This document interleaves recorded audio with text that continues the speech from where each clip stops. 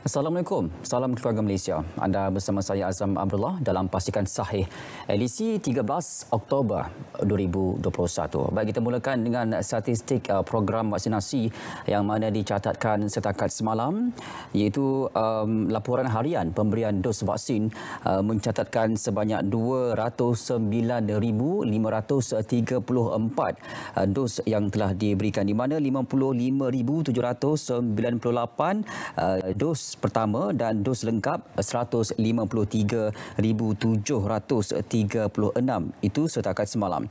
Manakala kita pergi kepada peratusan pula yang melibatkan populasi dewasa Malaysia yang sudah pun lengkap divaksinasi sebanyak 90.6% dan sekurang-kurangnya yang telah lengkap satu dos ataupun menerima satu dos 94.9%, di mana individu yang telah lengkap dua dos sudah pun mencapai jumlah 21 juta rakyat. Baik, seterusnya penduduk dewasa di Selangor dan Kuala Lumpur yang belum menerima vaksin sama ada dos pertama atau dos kedua boleh hubungi bilik gerakan untuk buat janji temu. Anda hanya diiktiraf lengkap vaksinasi selepas 14 hari dari tarikh suntikan dos kedua. Semua vaksin COVID-19 telah terbukti berkesan mengurangkan risiko jangkitan virus itu. Dan untuk hidup bersama virus ini, kawalan kendiri amat penting bagi melindungi diri anda daripada dijangkiti dan menjangkiti orang lain. Baik, seorang pemuda ditahan selepas dipercayai mengganggu ketenteraman awam dan melakukan perbuatan khianat di Kampung Mang Baru, Kota Samarahan, Sarawak Ahad lalu. Ketua Polis Daerah Samarahan, Deputi Superintendent Sudirman Kram berkata pihaknya menerima panggilan dari orang awam berkaitan kejadian melibatkan pelajar tahfiz pada jam 9.26 pagi. Menurutnya, pihak polis yang ke lokasi kejadian kemudiannya membuat tangkapan semula ke atas seorang lelaki berusia 25 tahun. Dua laporan polis telah diterima daripada orang awam, iaitu jam 10 pagi oleh pengadu yang melaporkan ketika dia sedang memandu kereta jenis Pro 2 Beza melalui jalan raya di kampung tersebut, kenderaannya ditendang di bahagian kiri kereta oleh suspek dan mengalami kerosakan. Kebenaran Rentas Negeri merancangkan kembali aktiviti pelancongan. Ramai yang mengambil peluang ini untuk bercuti, namun ramai juga mengambil kesempatan di atas keadaan ini, iaitu skamer.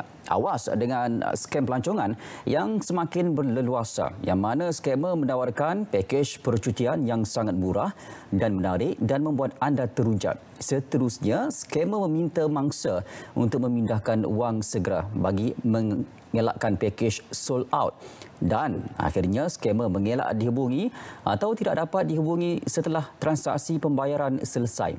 Ini antara modus operandi skamer.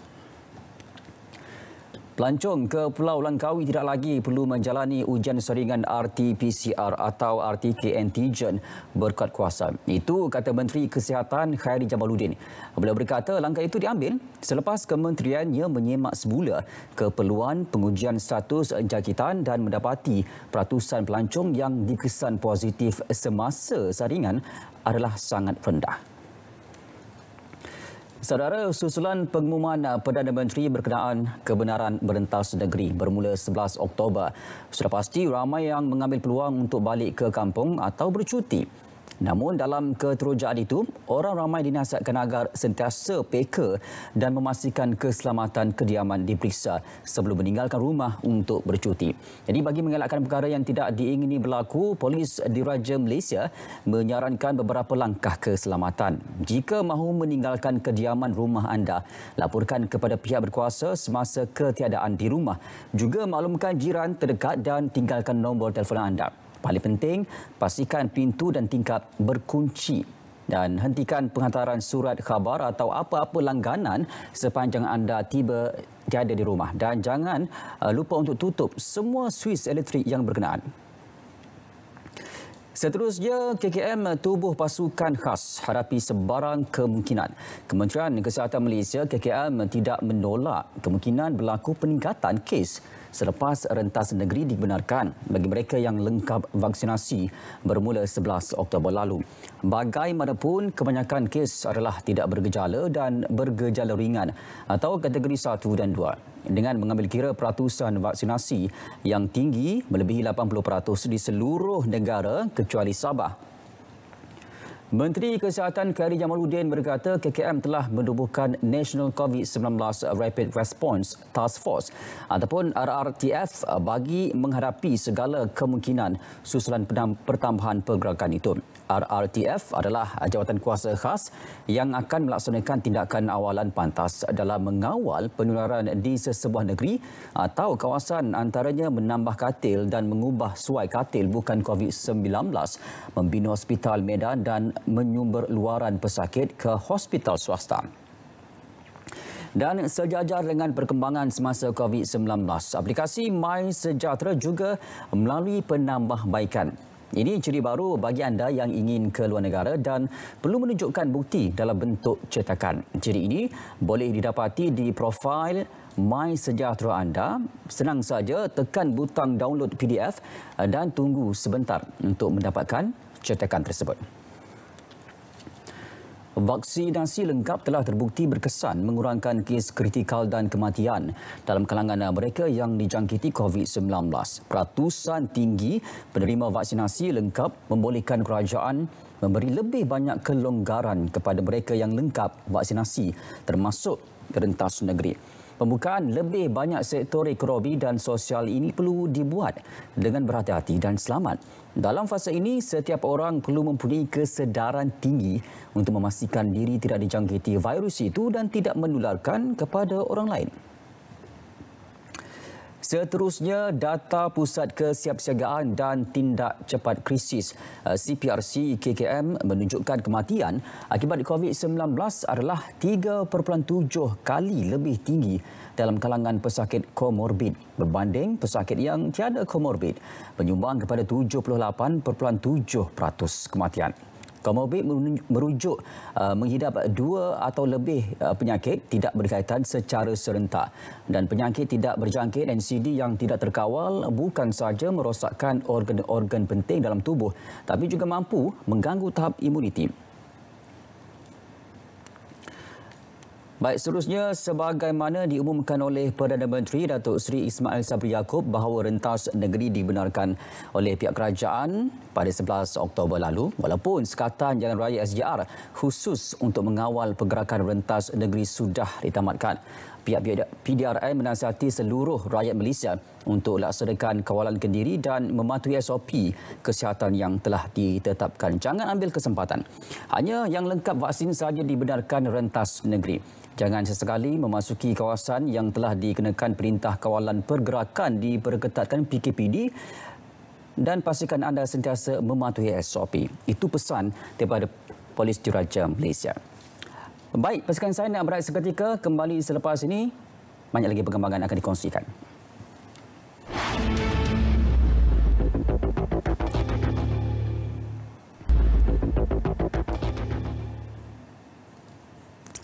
Bertemu kembali.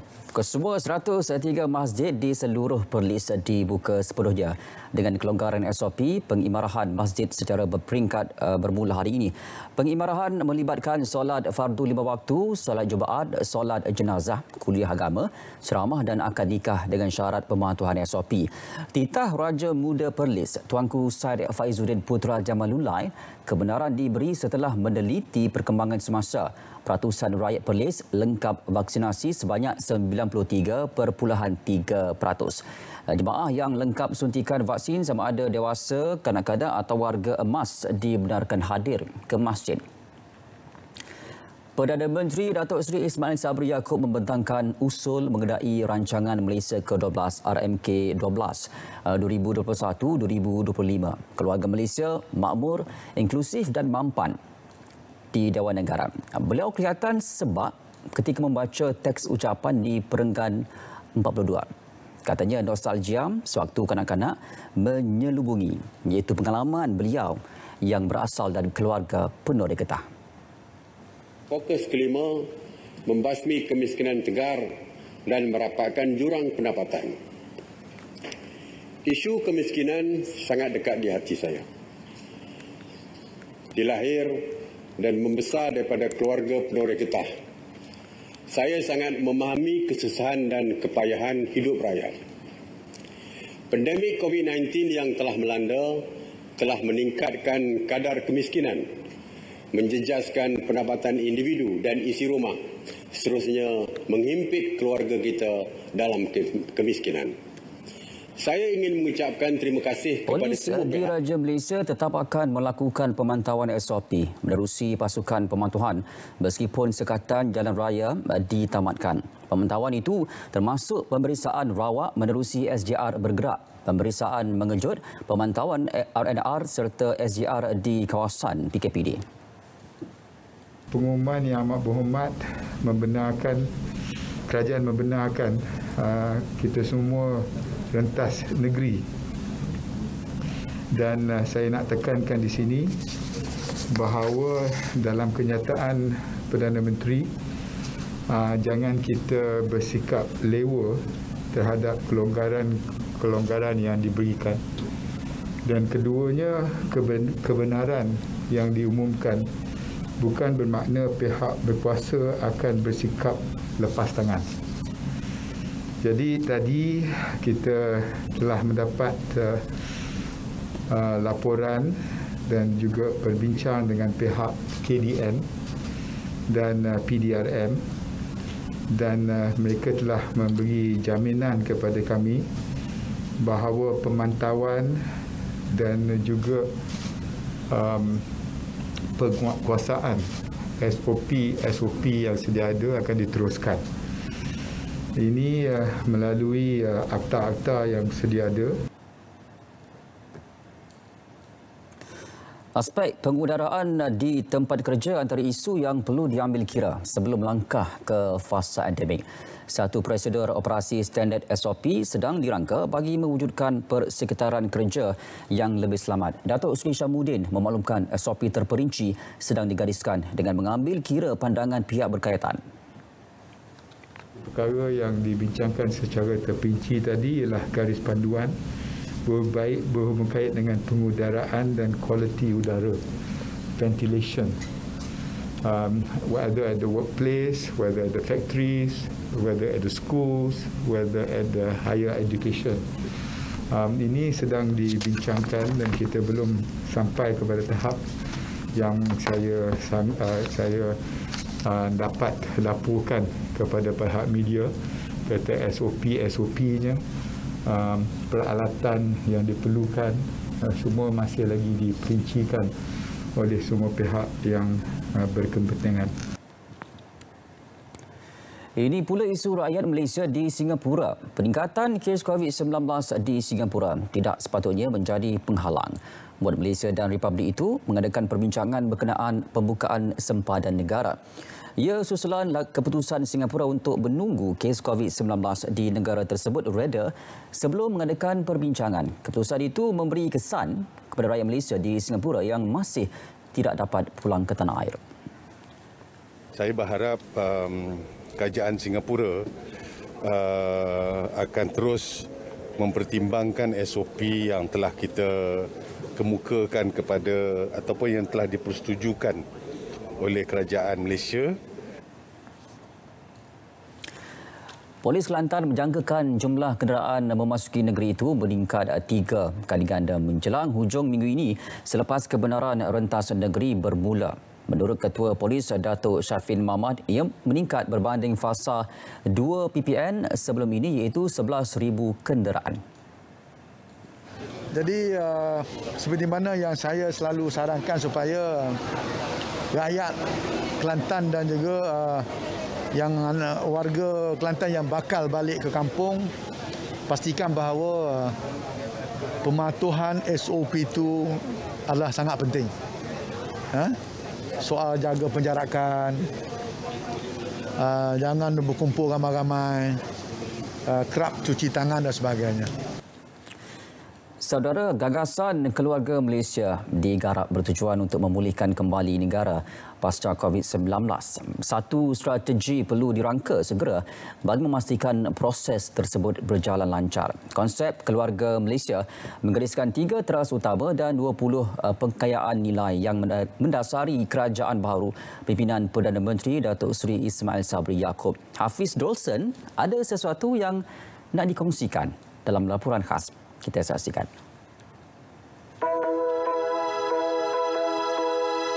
Perdana Menteri Datuk Seri Ismail Sabri Yaakob dalam ucapan sebelumnya sebagai Perdana Menteri ke-9 memperkenalkan konsep keluarga Malaysia dalam menyatupadukan rakyat Malaysia tidak kira agama, bangsa, kaum atau sesiapa sahaja untuk kita berdepan dengan pandemik COVID-19 dan juga mengembalikan kegemilangan ekonomi negara.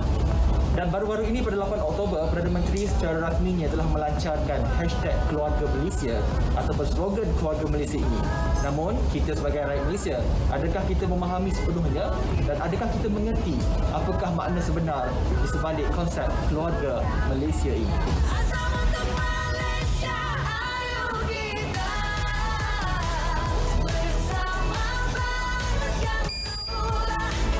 Jadi teruskan bersama saya, Hafiz Dolson, untuk laporan khas Pastikan Sahih minggu ini.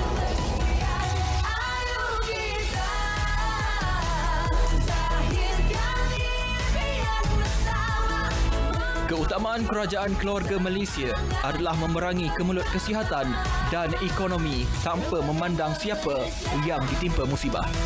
Perdana Menteri berkata, usaha memulihkan negara akan tercapai dengan terus memupuk, menyemai dan mempertahankan 3 ciri utama keluarga Malaysia, iaitu keterangkuman, kebersamaan dan kesyukuran.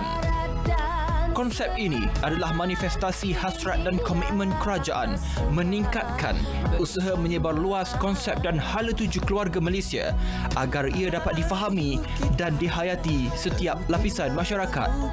Serta ia seiring dengan perjalanan kita memulih dan mengembalikan negara daripada impak krisis berkembar kesihatan dan ekonomi yang sedang kita lalui.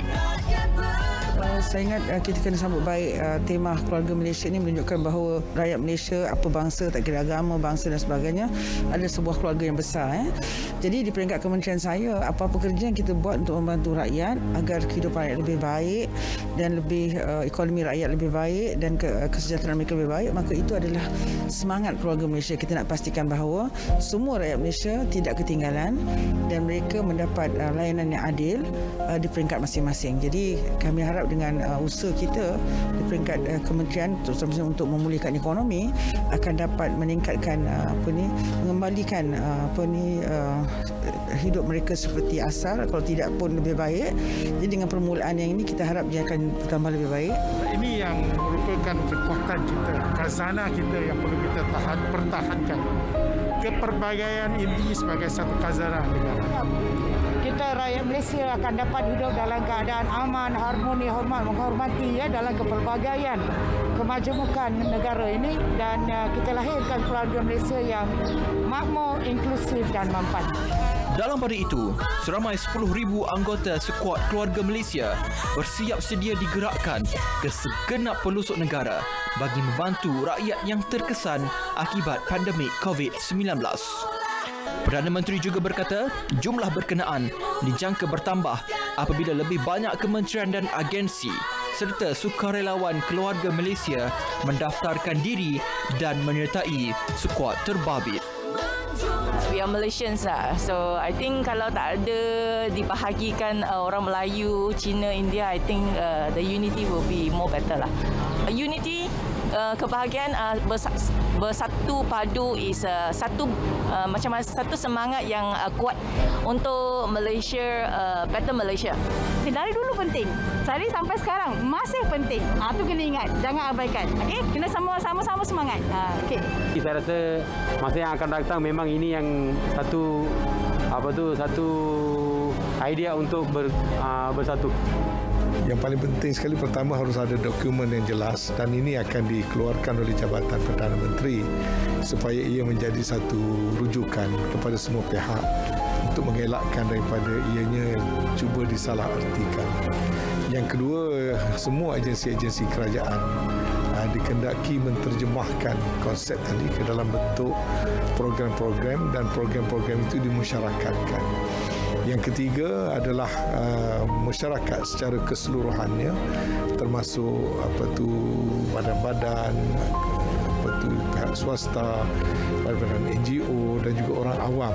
Setelah mereka memahaminya, diharapkan mereka juga akan menggunakan falsafah ini. Penerapan konsep keluarga Malaysia ini adalah sangat penting dalam memastikan keluarga Malaysia sentiasa bersedia untuk berdepan dengan cabaran semasa dan juga cabaran yang akan datang dengan membekalkan semangat dan juga kerjasama sebagai keluarga Malaysia. Dan kini negara kita sudah pun bersedia untuk memasuki fasa endemik dan kembali menuju kepada kehidupan yang normal. Kita semua adalah keluarga dan kita adalah keluarga Malaysia.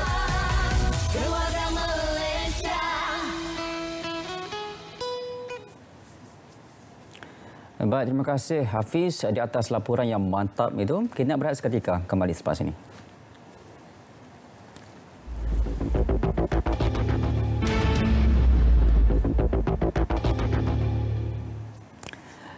Baik, banyak program-program yang menarik yang telah kami susun untuk anda tonton malam ini khususnya di TV1.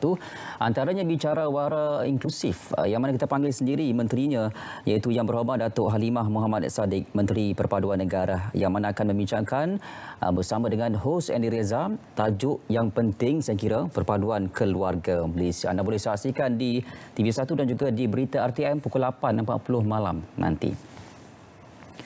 Baik, seterusnya bicara diari dan juga rawat bersama dengan dua orang tetamu kali ini. Tajuknya Rentas Negeri Lindung Semua bersama dengan Dr. Rozita Abdul Rahman dan juga Dr. Nizam Malik bin Baldi Muhammad. Anda boleh saksikan di TV1 malam ini pukul 9 malam di saluran berita RTM juga. Baik, seterusnya ini sambutan inovasi dan kecemerlangan 2021 yang dianjurkan oleh Jabatan Penerangan Malaysia pada 14 Oktober iaitu esok 9 pagi. Anda boleh sertai sambutan Hari Inovasi ini melalui dalam talian.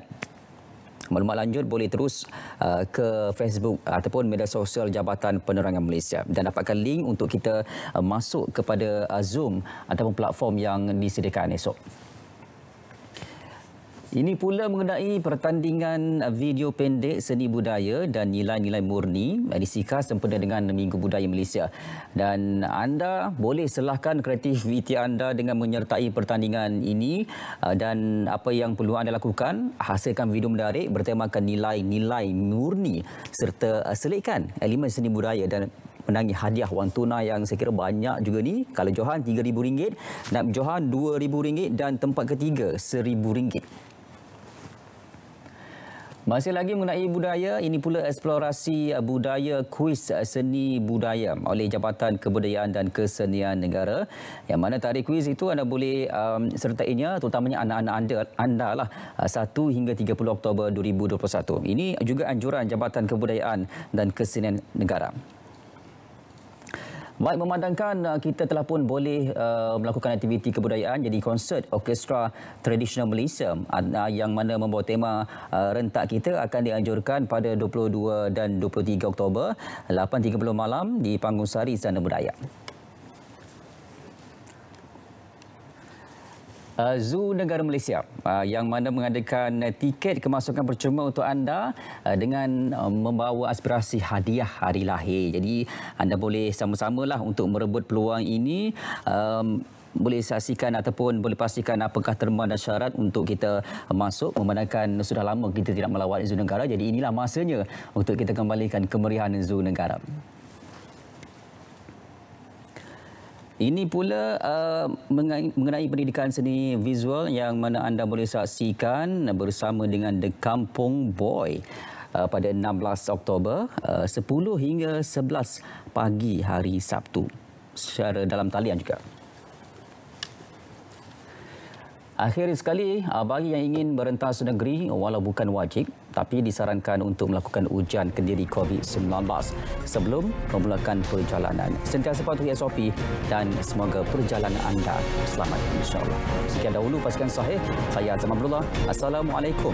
Kita jumpa lagi.